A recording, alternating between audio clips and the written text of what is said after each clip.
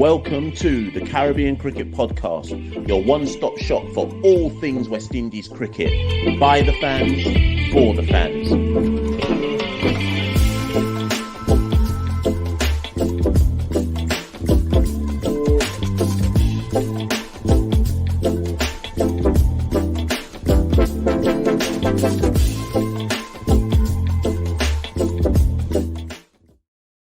Yes. Welcome back once again. We're back. Caribbean Cricket Podcast live show. It's what day is it today? Wednesday. It's 3 days out since West Indies shocked the world and announced that they were back. Australia won. West Indies won. There's been about 17 million articles written about Shamar Joseph. How he found out about escalators, how he used to bowl guava and mango, how he used to be a security guard, how West Indies, a strong West Indies is needed for world cricket, how there's every kind of article that needs to be written has been written. But you know what hasn't been done, Santokie? A simple review of the Test match series. Because, ladies and gents, there was more than Shamar Joseph playing in the Australia versus West Indies Test series. And as people expect, we have to give out the Caribbean Cricket Podcast Test match series ratings. Santokie, how you doing? Yeah, all good. And you know how the Caribbean Cricket Podcast rolls. 1 minute you don't see us for about a month, and then the next minute we've got 3 videos in 3 days. So we're back again.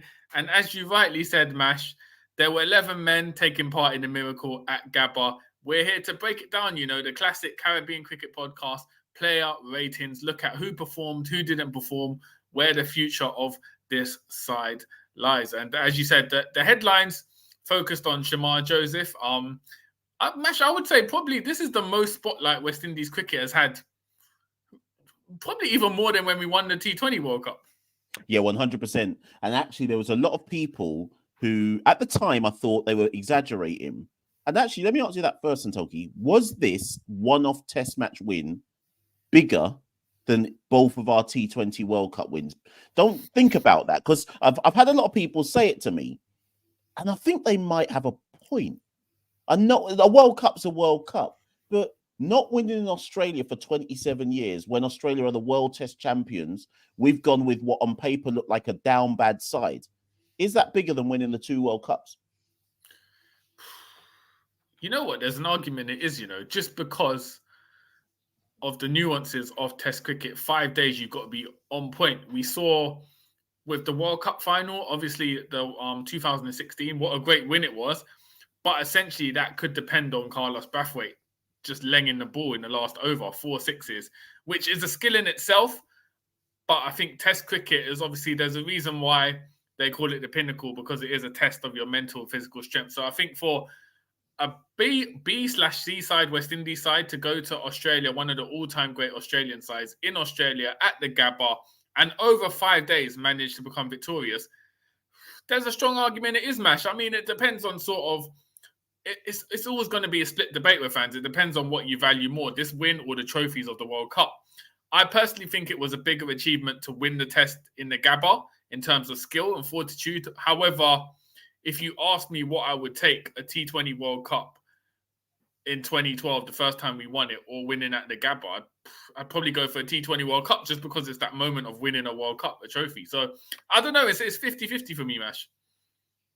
Put it this way. I think ultimately World Cups are World Cups, and we can't fall into that trap of kind of like poo-pooing T20 cricket like it doesn't mean anything. And at the end of the day, we went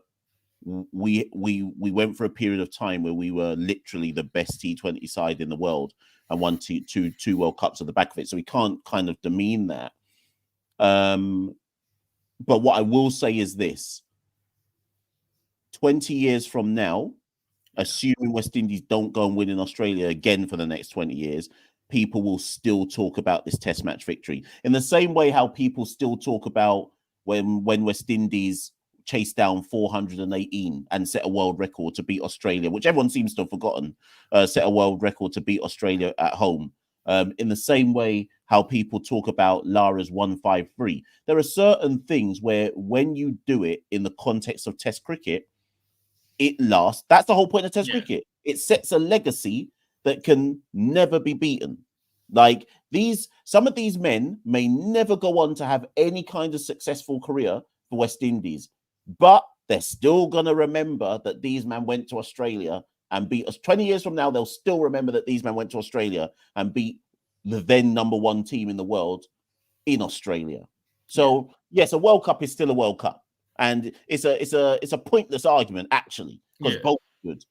But it kind of highlights how Test cricket has a legacy that possibly other formats of cricket can't really claim to have. Yeah, put it this way. I mean, I don't want to get into a whole big debate about T20 cricket versus Test cricket. I think they both have their values. But aside from like a Gale 175 in T20 cricket, generally, how many centuries do you remember from in T20 cricket compared to Test cricket? Like, it's like, even though they're both centuries, there's obviously more weight behind doing something in Test cricket, basically. I've already forgotten what happened in our T20 series versus England, and that was only last month. I know we won, but I can't tell you anything about what happened in it. So that kind of tells you everything. That kind of tells you everything there is to say about that. But listen, before we kind of get into the player ratings, because people are thinking that we're here to do some long live, but this is more so about just giving player ratings. Yeah. As a whole, it's weird, Santokie. Let me put this premise to you, and this is not to demean or denigrate anything that the side did. How much of this historic performance was about Shamar Joseph?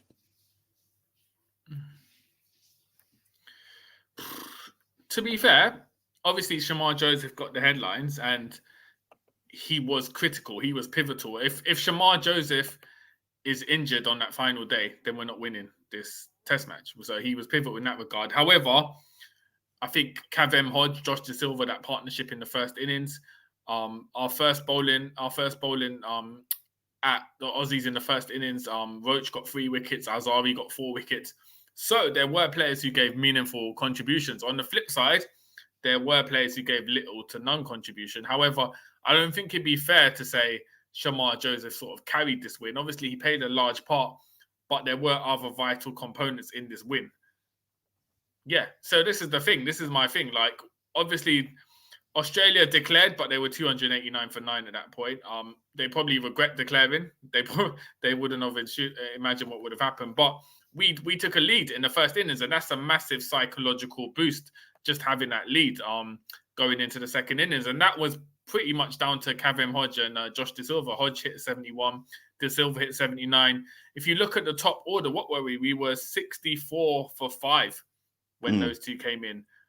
So they sort of carried that innings, and without that stand, we wouldn't have a first innings lead, and we wouldn't have had anything for Shamar Joseph to bowl at in the 4th innings. So you have to put respect on De Silva and Hodge mash in this innings, or in this test, I guess.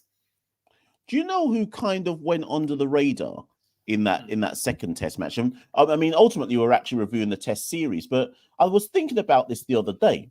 Alzari Joseph took 4 wickets in the first innings, and it's just kind of Alzari took 6 wickets in the match, and it's just kind of just gone under the radar like he was just some supplementary bowler. And I'm not saying that means that he was somebody we should spend loads of column inches on, but it goes to your point about there were people who were actually significant in that Test match, but in the hype of what's happened, certain performances have just been forgotten in the context of what happened in that Test match. And I think it also goes to show like how media narrative can dictate how you view the game, because a lot of the focus when we bowled was on Kemar Roach and kind of him getting the wickets and him this being like a veteran bowler who's leading by experience. So Joseph didn't really get that much. He wasn't discussed that much. He sort of, I don't know if it's just complacency because we know what he can do.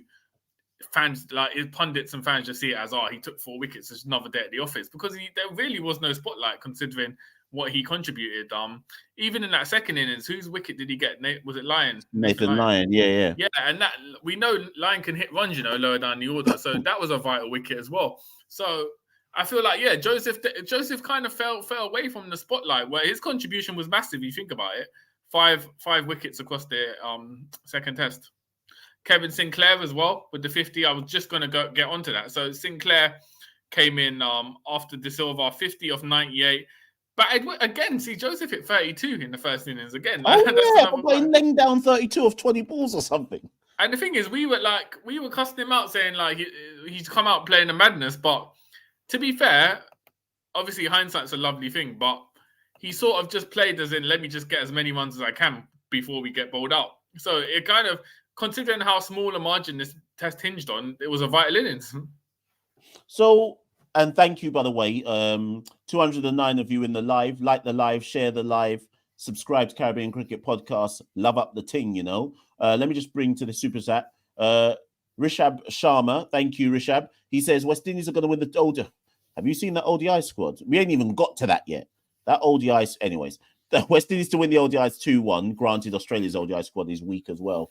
And the T20s 3-0. Do you know what, Rishab?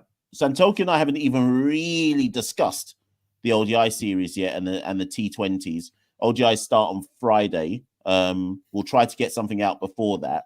But Rishab must be high off the test match win, Santokie. He's saying we're going to sweep Australia. What are you saying? And well, listen, if we sweep them at the Gabba, nothing's out the realms of possibility. So, yeah, I mean, in all these celebrations, we kind of forgot that West Indies are still in Australia with limited over series to come. The ODIs, obviously, we'll play them, but there won't be too much focus on that. The T20s, our last T20s before that World Cup squad is picked, is going to be really interesting to see what we can do. Obviously, you know, the likes of Holder are going to be back in that T20 side, and then we'll see Puram, Rothman. So I'm really looking forward to the T20s. The ODIs, it is what it is. If Teddy Bishop gets a game in that ODI squad, it'd be interesting to see how someone new kind of fits in. But really, I'm focusing on those T20s when they come about. Look at this. So Sean Keeley Caesar said, I'm a fan of the podcast, also Shamar's cousin. Also, I tried to get him on to share his story. Listen, hey, let's get Shamar. Are you a cousin? Man. Are you a cousin the same way that Santokie might be his cousin as well, or what? Like what type of cousin are we talking here? Real cousin or just your living Guyana cousin? Like let me know. But big up Shamar. So Matt, shall we get into the player ratings then? Are we doing it for just the second test or the whole series overall? It's got to be for me. It's got to be for the whole series overall, and we must remember again, like obviously 1-1, and obviously everyone's talking about the fact that we came back and historic win, but Australia did win that first test by 10 wickets. They bowled us out for 188 and 120. Yes, we made Australia back twice, but they obviously chased down the 26 or whatever it was to win with 10 wickets to spare. So we were thrashed in the first one, and then obviously won a super tight one in the second one. So we've got to give these ratings. I say that to say that we've got to give these ratings in the context of the 2 test matches. We can't let the narrative of the second test skewer our views completely. Okay, so yeah, so let's get into it. So yeah, so to confirm, we've got, with Moti dropping out for Kevin Sinclair, we've got 12 players overall that we're going to rate for this one. So let's start off, Mash. We'll start off with Craig Brathwaite. So yeah, 2 matches, 4 innings, 34 runs, highest score of 16, average of 9. At least 2 of his dismissals were very good deliveries across the 4 innings. There was that one which I think it might have been Pat Cummins who done him, bowled him top of off. And there was another one where Craig timed it sweetly, but was just taken by a good catch by Travis Head, I think, short leg or something. Brathwaite, I mean, his batting was down bad if he averaged 9. The batting was like 0.5 or 0. Yeah, and then I'll give him a 2 for the captaincy and for flexing his biceps at the end. So I'll give him a 2. Oh yeah, did a nice little flex at the end. Yeah, did the flex. Man. So one for the captaincy, one for the biceps has to be me. So 2. What did he say again? Did he say, "Are my muscles strong enough? Are my muscles big enough for you?" Most I've ever heard. Craig was talking bad and bossy, you know. Yeah. So two seems harsh because he's the captain of the team, but you can't just get a mark for being a specialist captain. Like his primary role beyond being Yeah. captain, of course, is to kind of set the tone for the innings. But yeah, so we'll give him 2. We'll give him 2. 2.5 if the muscle talk deserves some marks as well. 2 for the series, but mostly in terms of the context of the bat. Tej Chanderpaul, 4 innings, 31 runs, so 3 less than Craig. Highest score of 21, average of 8. Tej was down bad, Santokie. Average was 7.75, so even under 8. So that's a down bad 0. I think it's 0, you know. That's a when Desi's doing his next selection, he's gonna say, listen, Tej needs to get these runs in the regional, you know. He's gonna do a Bono on him and say, listen, the man needs to score runs in the regional season to keep his place, because came down bad in this Australia tour 0. Obviously, it's Australia, you can't expect batsmen to perform all the time. However, when you're averaging under 8, the spotlight's going to be on you as an opener. So pressure on Chanderpaul, in my opinion. Big pressure. Big pressure. I think 0, but let's address the elephant in the room. If he makes runs in the region, I'm going to give you different scenarios for Tej. If he makes runs in the regional, does he go to England? Yeah, and he will make runs in the regional because there's no regional games in Guyana, which is, I think in Guyana, he averages something mad like 23. Everywhere else, he averages like 45. So I think he'll score the runs in regional. And if he does, then yeah, he keeps his spot. Okay, what if he only averages something like 30 in the regional, and there's an opener in the region like, I don't know, Zachary McCaskey, Shane Mosley, Kamani Melius, who will open for Jamaica, someone like Leroy Lugg, whatever, right? Say someone opening for another side does really well and averages 40 odd. Do you drop Tej and play that person irrespective of their experience level? No, I think in that scenario, I think that person would get called into the squad. And then potentially when we play a warm-up match in England, they might do Tej and, let's say, McCaskey batting together, and whoever performs out there in the English conditions gets the call. Fine. And loads of people in the chat down bad when I mentioned Leroy Lugg. Yeah, because then the thing is, like, it is what it is. No, but then we're saying, hold on, if Lugg hits 200 against combined colleges and campuses, with their down bad squad, are you saying man gets a Lords? Man comes out at Lords, day 1, Mike Everton at Lords, ringing the bell, fam. Leroy Lugg's walking out. Are you mad, fam? I'm turning off my TV.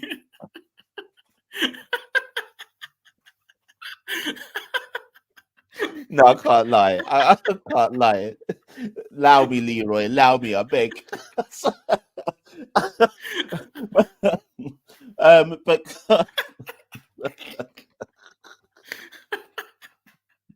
no, you finished me. You finished me.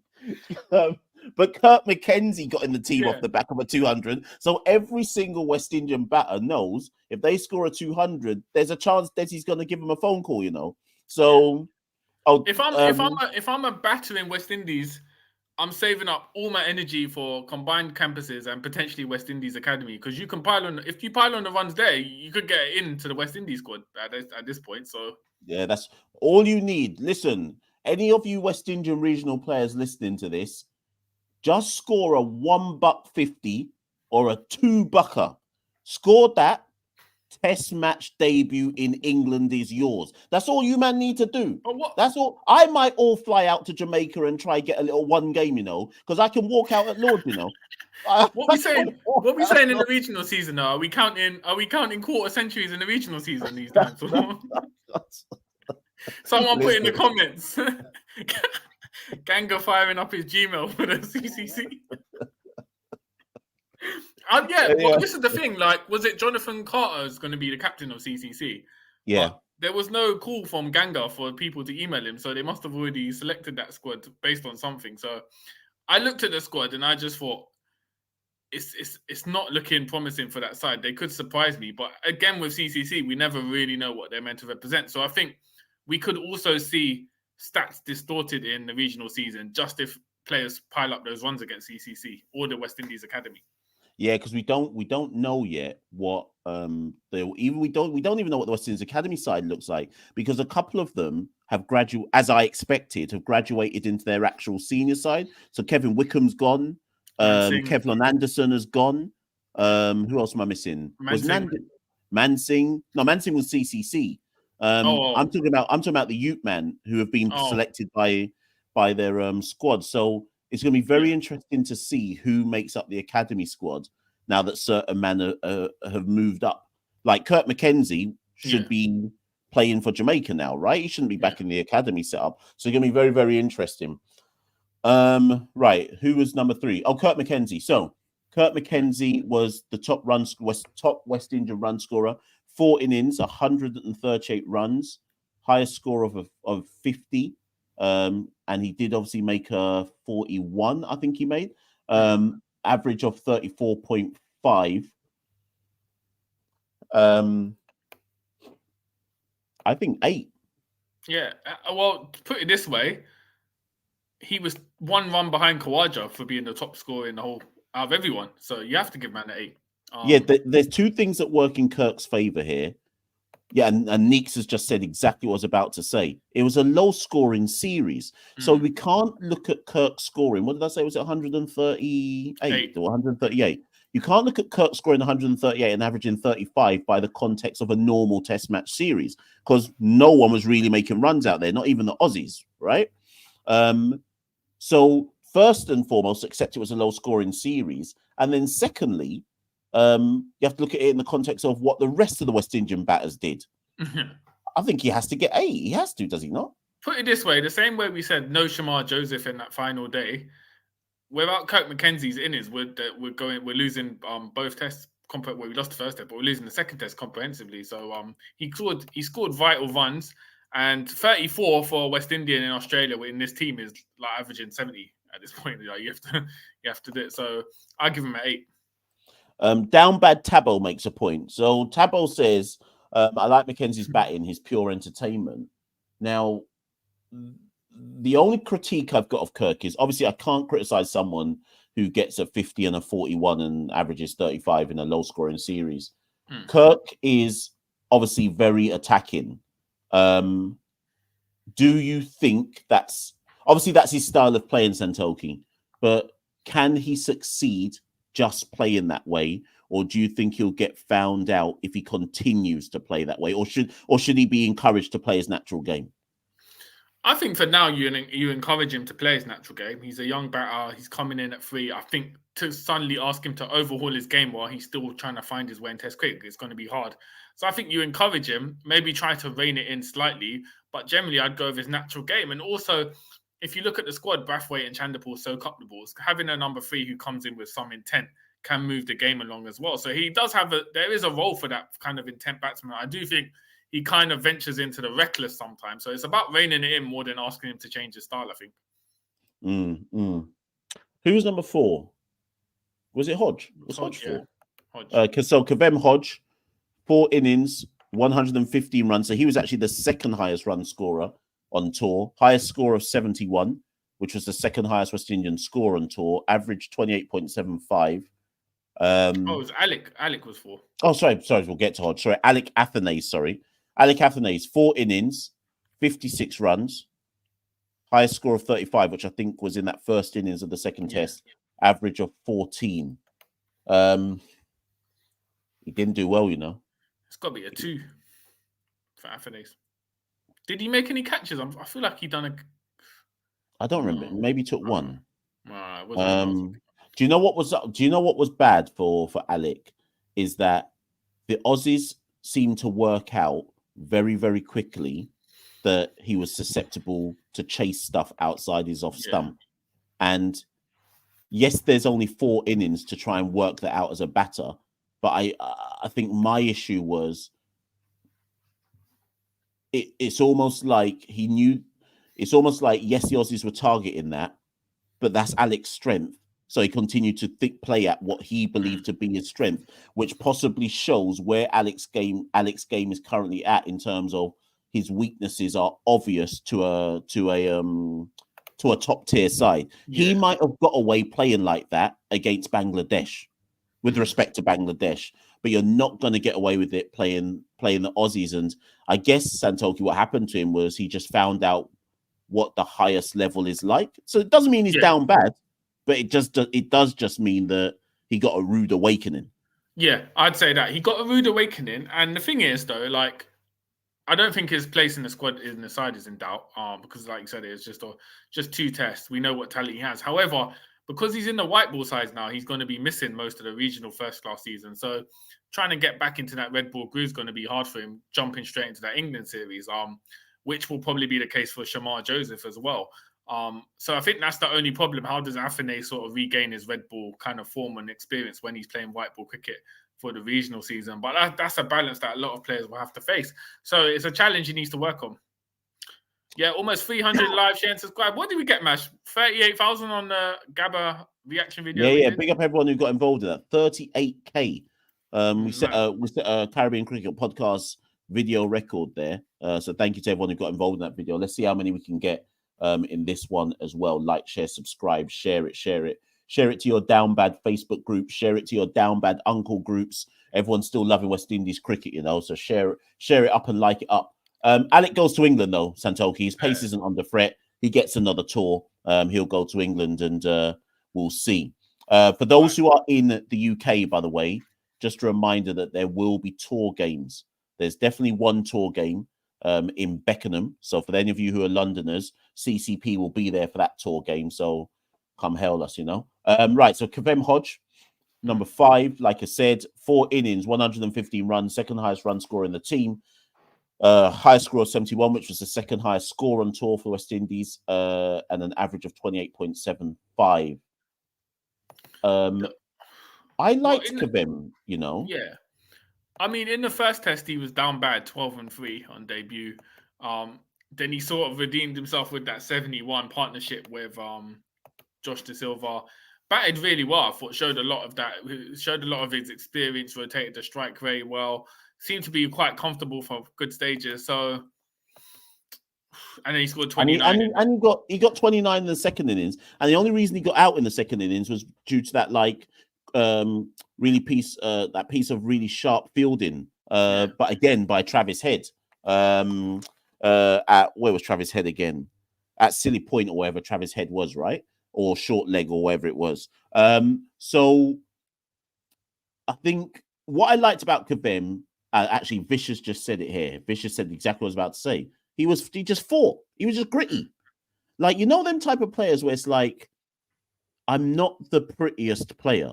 I don't have all the shots in the world, but I will just fight. I'm here for a fight. I've got to respect players like that because they're making the most of their limitations. So, what are you giving him, Santokie? 5. I'll give him a 5. I think he's got to at least get a 6 because he got a 71. No. It was the second highest score on tour. Okay, in that context. Down Bad Tabo says, I like Hodge, but is he the long-term solution? I don't think so. He goes to England for sure, Santokie. Yeah. But you know how he's saying, is he the long-term solution? I think with Hodge, it's the same as people would have been thinking when Bonner got in the team. Because remember, this is similar to Bangladesh, right? People got in the team off the back of domestic runs. Yeah. I don't think you have to look at it as, is he a long-term solution? I think you have to look at it as, he's now the incumbent and someone's got to find a way to get him out of the team, if that makes sense. Yeah, exactly. All right, we'll give Hodge a 6 then. I think 6 is fair for that. Who was after Hodge? What's going on with you and Tabo? Because he keeps saying he's not down bad, but you're calling him down bad, Tabo. What? Oh, he says I'm not that. Oh, yeah, that's none of your business, Tabo. Anyway, so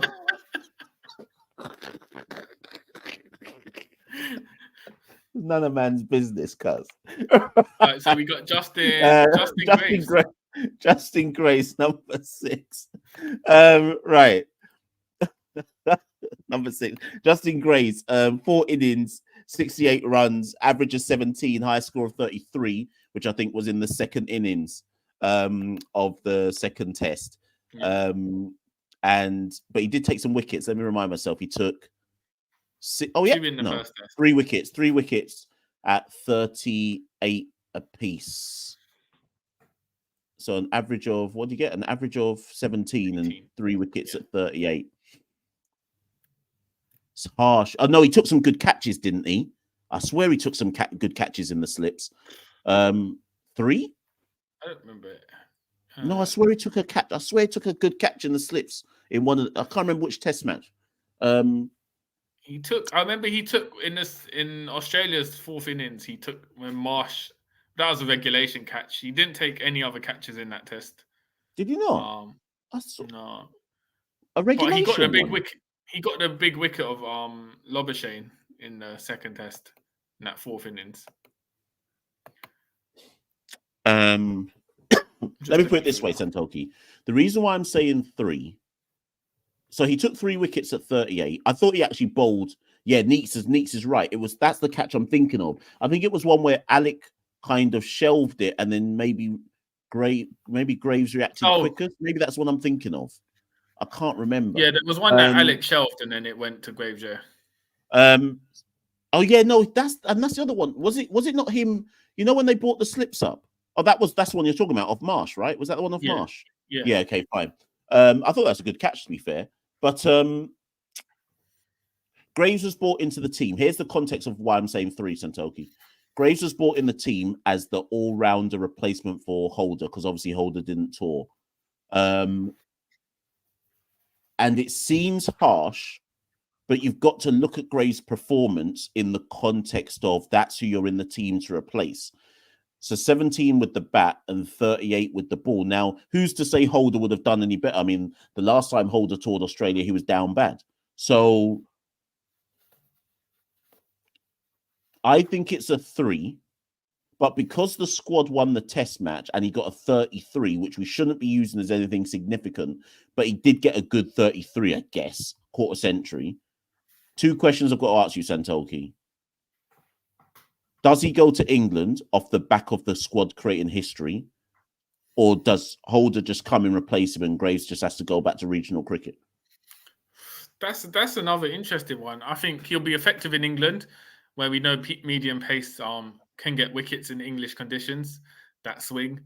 However, again, similar to what we said with Alec, because he's playing white ball cricket, Greaves, he's going to miss a large part of the regional season. So if there's no way for him to unless he plays in the later stages of the regional season and does well.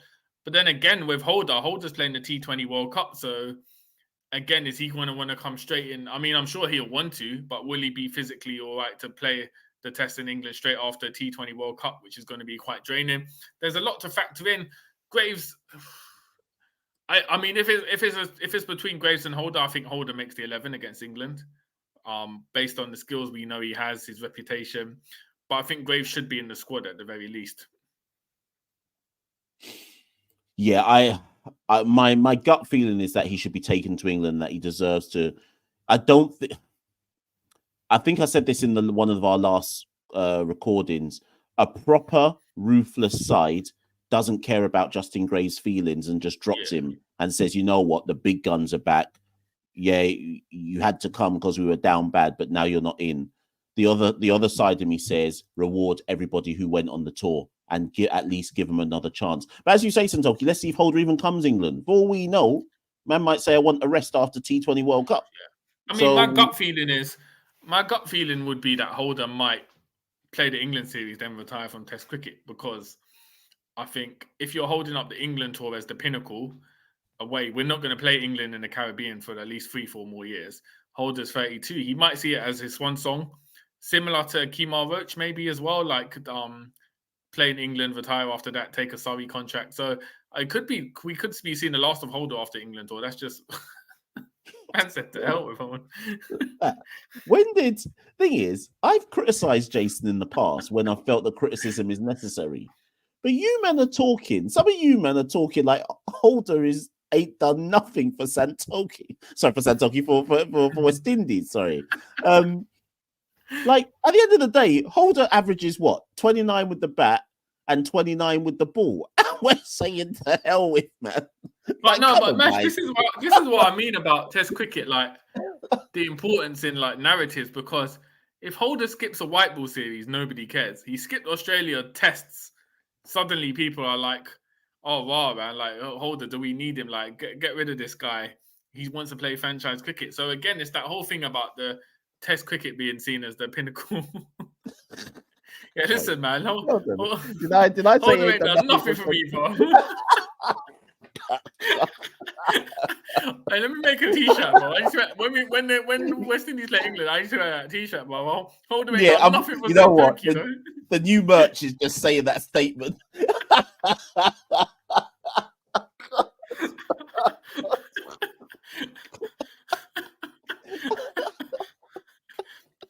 But man said to hell with Holder, you know, as if Holder insulted his family or something, bro. Like, listen, Holder's a legitimate. We can't knock Holder, you know. He's a legitimate all-rounder in England. We know what he can do. Like, he'll be a big asset for West Indies for that Test series. Anyway, so number 7, number 7, Josh De Silva.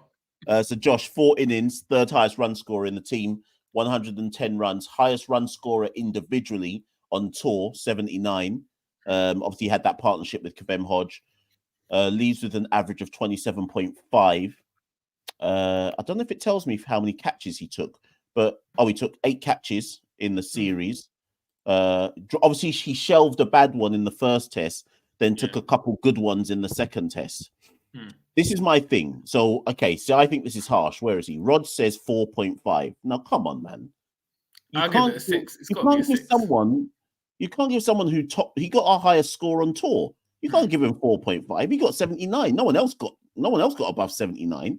Obviously, in the first test, good point from Rods. He got out hooking twice the same way. Yeah. I hear that. But then does he not balance that out with the 79 in the second test, which effectively set up the first innings for us? We were 64 for 5, cuz.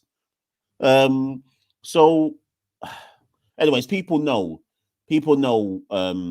where I stand on Josh Santokie. I would say because of that 79 and that partnership with Hodge, I gave Hodge 6.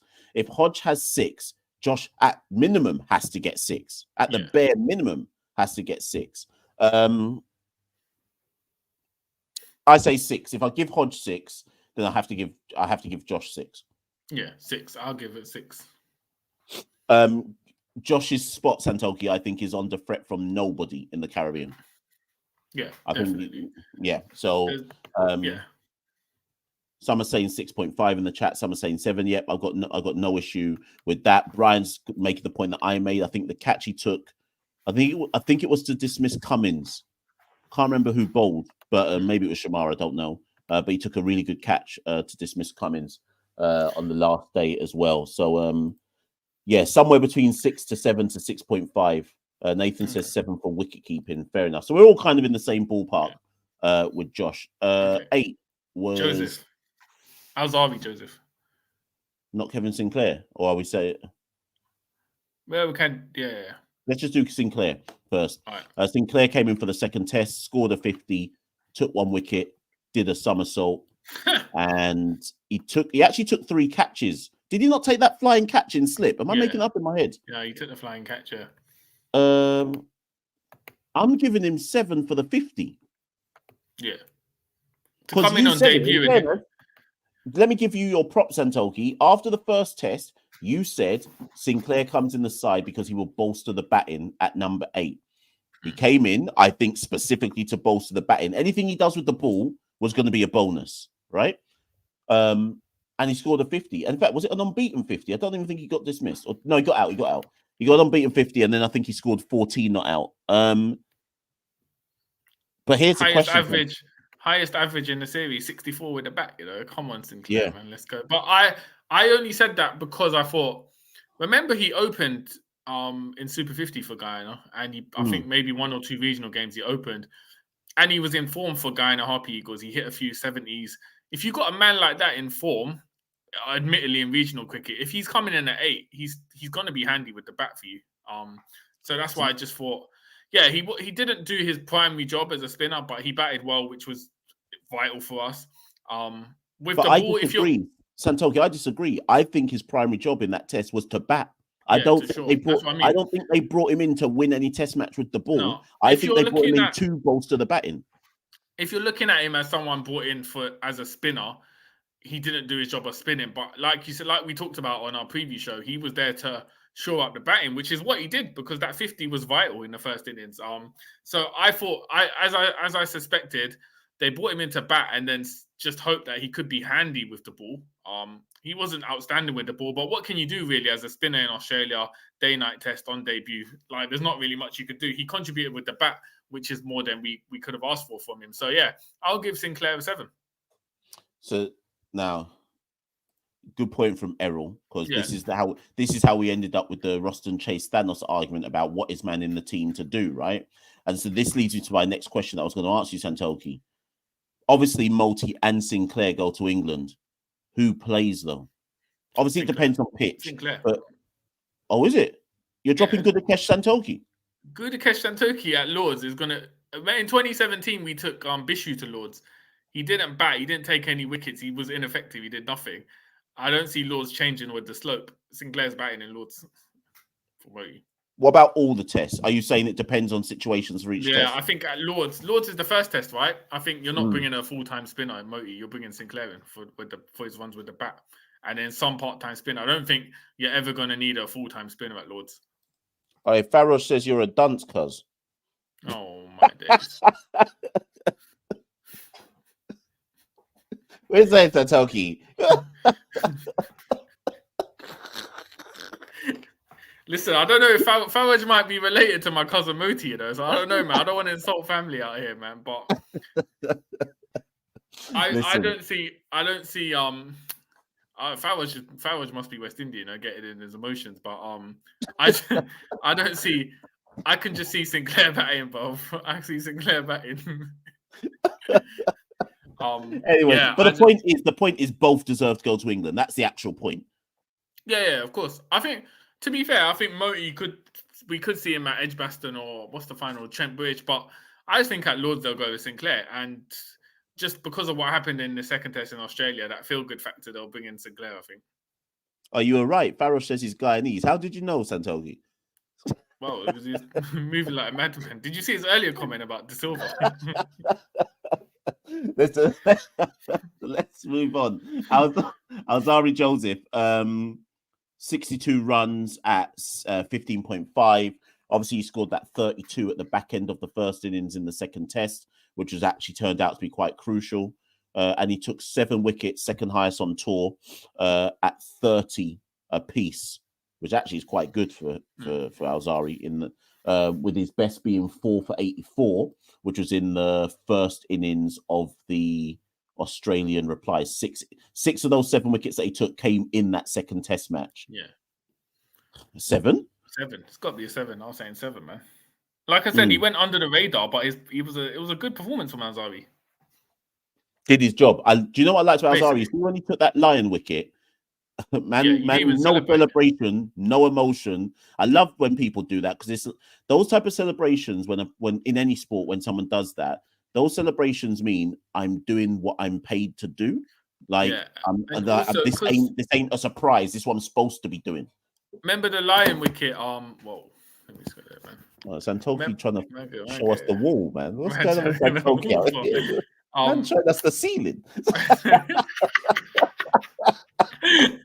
I think the lion wicket was. Remember the ball before? He had an opportunity to catch him off his own bowling, and he dropped it. So he was kind of annoyed as well at himself. So again, it was that holding himself to high standards, which is why he didn't celebrate when he got lion the next ball. So yeah, Joseph did a good job. 7. Yeah, nothing more than that. I said that if anything, he didn't get the plaudits he deserved for that Australia tour because of the spotlight on Shamar Joseph and Kemar Roach at times.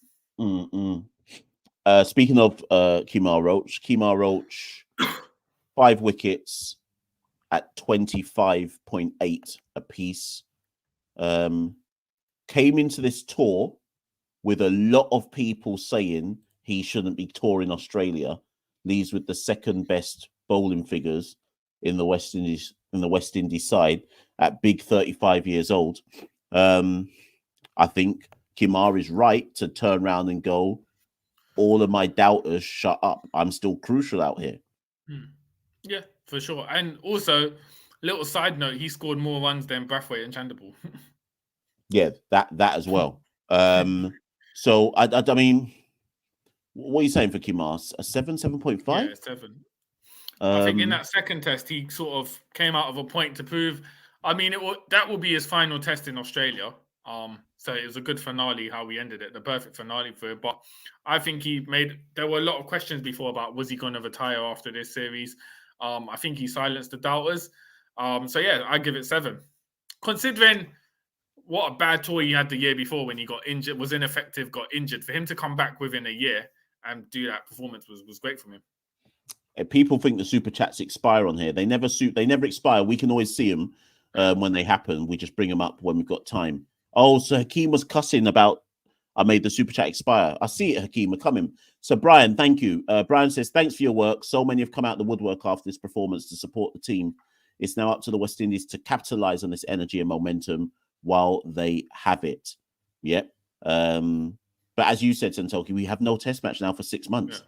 So we, in terms of test capitalization, if that's the right word, it's going to be hard because these guys don't get together for a long while now. But obviously, we got some whiteboard cricket.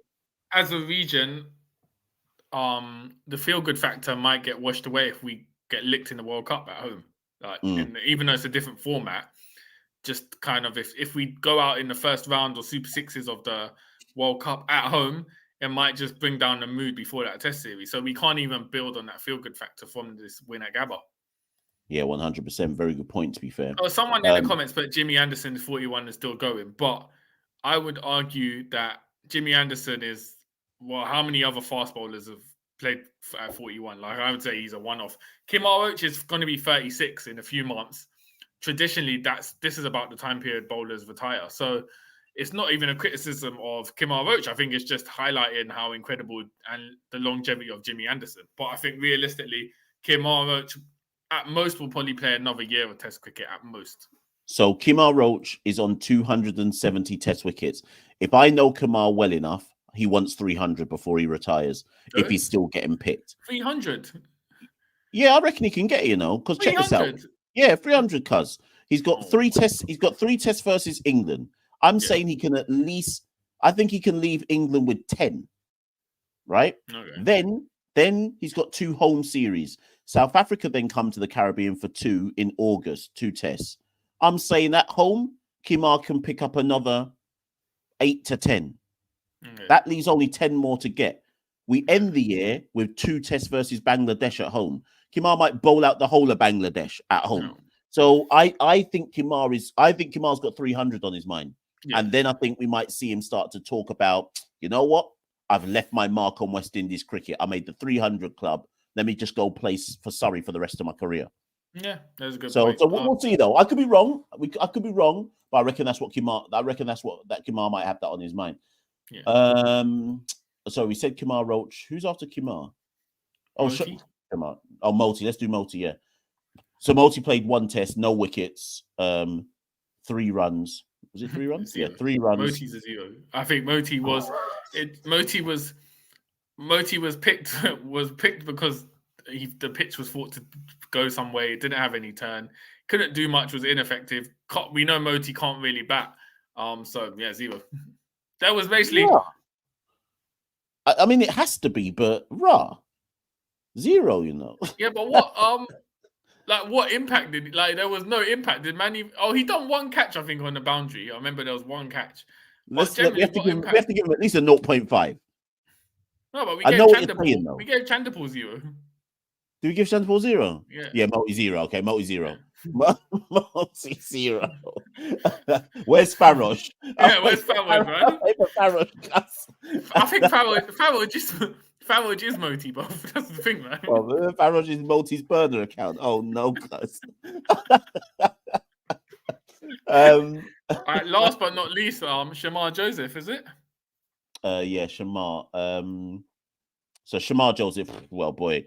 First with the bat, he scored 57 runs, 2 not outs out of his 4 innings. Shamar Joseph left with an average of 28.5 with the bat. And of course, with the ball, 13 wickets. at 17.3 apiece, and obviously won us a test match. I mean, it's not even 10. It's got to be like 1 we can't million give or it 10. something. Yeah, what's the unlimited number? It's infinity number. Yeah, I think Errol's right. 10 out of 10 guavas for 10 out of 10 guavas.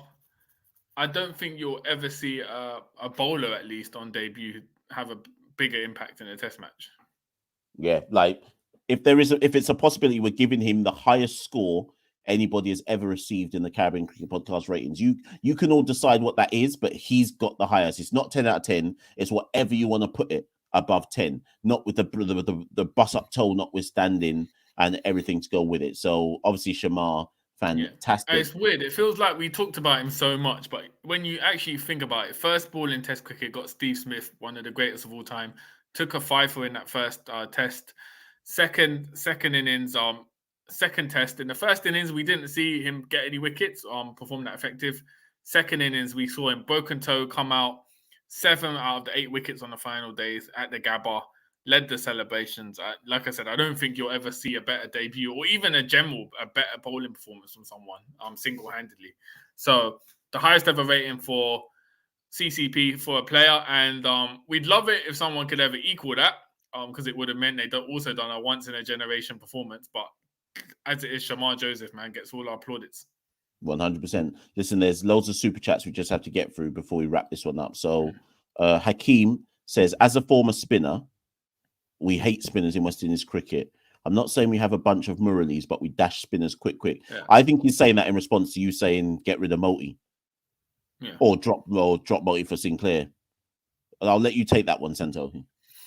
Yeah, well, I agree. I think we do drop spinners. If we look at a Permaul, Cornwall, Jamel Warrican, I think we do. But at the same time, you can't pick a spinner for the sake of it. If conditions don't suit a full-time spin at Lords, which I don't think it will, what's the point of having Moti? He can't contribute with the bat. We'll see him be like a bystander, which we saw in the first test in Australia. So Kevin Sinclair can spin and he can bat as well. So I think if conditions aren't conducive to spin, you'd be foolish not to go Sinclair. That's not to dismiss Moti. I think Moti is still our premier spinner.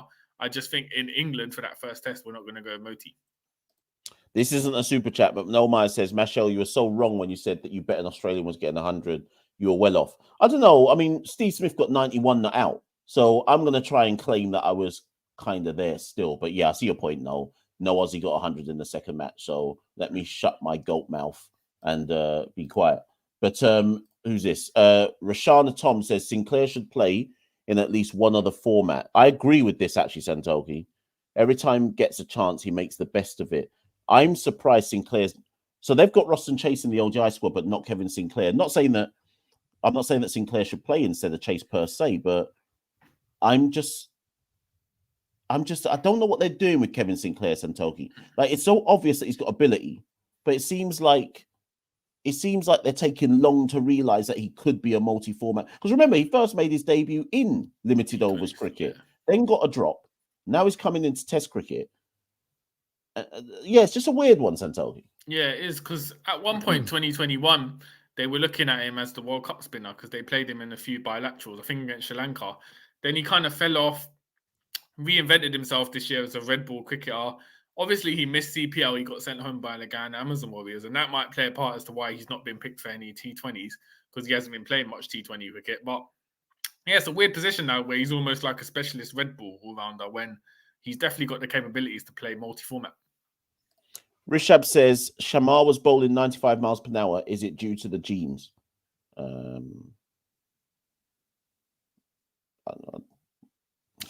mean, I think there is. I think with pace bowling, part of it is a natural disposition to being able to run at speed and bowl it. But a lot of it, that's almost to discredit Shamar. I think a lot of it is hard work and skill that he's put in about last year. Frank just has given us a super chat. No comment. Thank you so much, Frank. I'm going to bring up a comment, though, just because I think this is worth bringing up, because I know the person. Not everybody will, but I'll definitely think it's worth it. Avanesh says, my voice is gone, cuz. If you're looking to develop spinners in all conditions, Caribbean pitches does not allow. So in some cases, to build experience and develop what is good talent, he has to play on tough wickets. So I don't know if that's more in context to Multi or Sinclair or both, but I think the point is valid all the same. For example, if all our matches were played in Guyana, Santokie, is that developed? Well, the Sammy Permal's a good example, probably. Is that developing spinners in the region, or is it creating a false economy? Yeah, I think it's a false economy. I don't even think this is a West Indian problem. If you look at England, they've also had issues with spinners. It's only now they're saying to Jack Leach, like, you're our premier spinner, but they've chopped and changed. So I think it's a problem for a lot of countries and test playing countries in the world. There's not enough pitches that are conducive to spin outside of the subcontinent. So it's hard to develop spinners like that unless you're just getting them to learn on a job in test cricket. But as we said, with a lot of test cricket pitches, they're also not conducive to spin. So you're kind of stuck in a loop where spinners aren't being allowed to develop by playing regular cricket unless they're going to the subcontinent. Again, no comment. Shout out Esso for that one as well. Big up everybody who's contributed. Boy, that's how I know West Indies are on top. Everyone just like, here, just have some super chat for no particular reason. Big up the support, though, for Caribbean Cricket Podcast, you know. It's been a long 4 years of just rallying around the West Indies. And we finally left with something, Santokie. We finally left with something historic after. But if anything sums up West Indies cricket is that 6 months ago, Mash, you were doing the Undertaker theme tune declaring the death of West Indies cricket. Now we're alive, bro. The hand has come out the grave. Like, we're alive. West Indies are back. So, yeah, never a dull day in West Indies cricket. Thank you, everyone who's joined us for the show. As always, we said it'd be a quick one, coming up to an hour. So if you disagree with our ratings, got anything else to say, obviously comment on this video, like, share, keep the movement going. And let's keep it going. We'll look forward to, like Mash said, we might have a video before the ODI series or during the ODI series just to look at what happens and analyze where we're going in that format. So keep a lookout for more content in the coming weeks. And as always, the regional season starts on Wednesday, so we'll definitely be doing some content. Yeah, I'm glad you just said that, because I was just about to give some people some heads up. So for those of you wanting to know West Indies and Caribbean cricket content in general, West Indies under-19s play Australia, coming up soon. The first ODI is on Friday. Is it Friday or is it Saturday? No, Friday morning. Friday morning against Australia. And the first set of regional games are on Wednesday the 7th. So for those who want to know which games those are, that's Jamaica versus Windward Island Volcanoes, CCC versus Barbados Pride. Those two games are in Jamaica. And then Leeward Islands versus West Indies Academy and Harpy Eagles versus Trinidad in the curry chicken derby. And those two games are in St. Kitts. All those games, the regional games, will be on YouTube. Obviously, the West Indies game is wherever you've been watching the West Indies games, and West Indies under-19, you probably have to get a VPN because ICC have made that really difficult to find those matches. So loads of things going on. West Indies women are in a camp at the moment as well. Loads of things going on. Always content on the go. Rally round the West Indies at all times. Thank you. We touched 400 at one point, Santokie. 400 concurrent watchers, viewers in the live. On your way out, people, currently there's 354 of you on the way out. Please like, share, subscribe, all of that. If you're watching this on the replay, thank you for watching on the replay. We're the Caribbean Cricket Podcast. You know how we do. We'll keep going. We'll keep the content going. Thank you for the support. Thank you. And good night. We rule the cricket world. Now the rule seems coming. Welcome to the Caribbean Cricket Podcast, your one-stop shop for all things West Indies cricket. By the fans, for the fans.